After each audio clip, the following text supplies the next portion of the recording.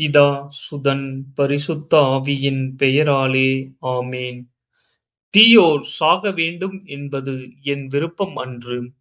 ஆனால் தீயோர் தம் வழிகளினின்று திரும்பி வாழ வேண்டும் என்பதே என் விருப்பம் என்கின்றார் ஆண்டவர்.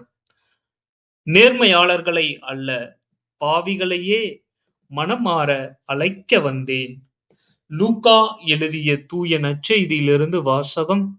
அதிகாரம் 5 இறை வார்த்தைகள் 27 முதல் 32 முடிய.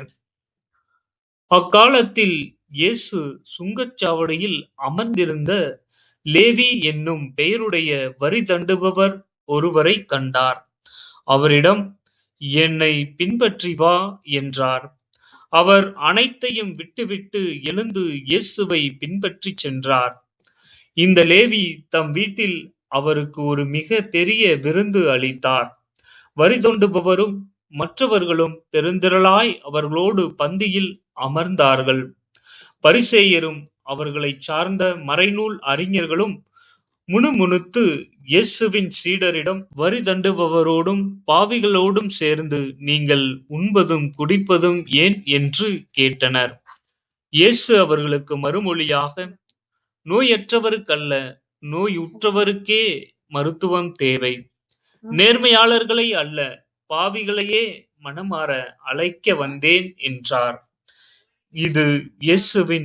இது ஆண்டவரின் அருள்வாக்கு.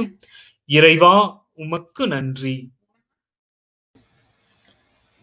இந்த தவக்காலத்தின் தொடக்க நாட்களில் இருக்கும் நாம் இழப்பு, ஒருத்தல், துறப்பு என்பன பற்றி சிந்திக்க தொடர்ந்து இறை வார்த்தை நமக்கு அழைப்பு விடுக்கின்றது.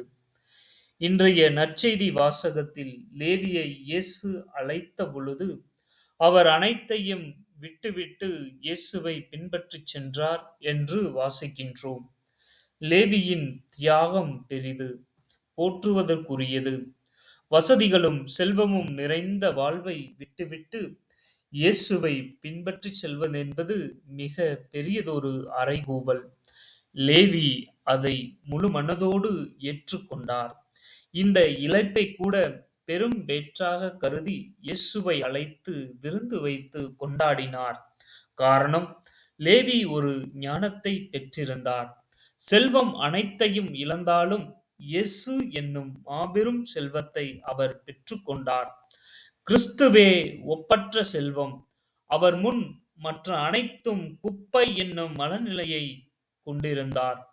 எனவே மகிழ்ச்சியுடன் தனது அழைப்பை ஏற்று கொண்டாடினார். நம் வாழ்வில் செல்வம் எது? உலக செல்வமா, இன்பமா, அல்லது இயேசுவா? லேவியைப் போல அனைத்தையும் விட்டுவிட்டு இயேசுவை ஏற்றுக்கொள்வோம். நிறை வாழ்வின் விருந்தில் பங்கு பெறுவோம்.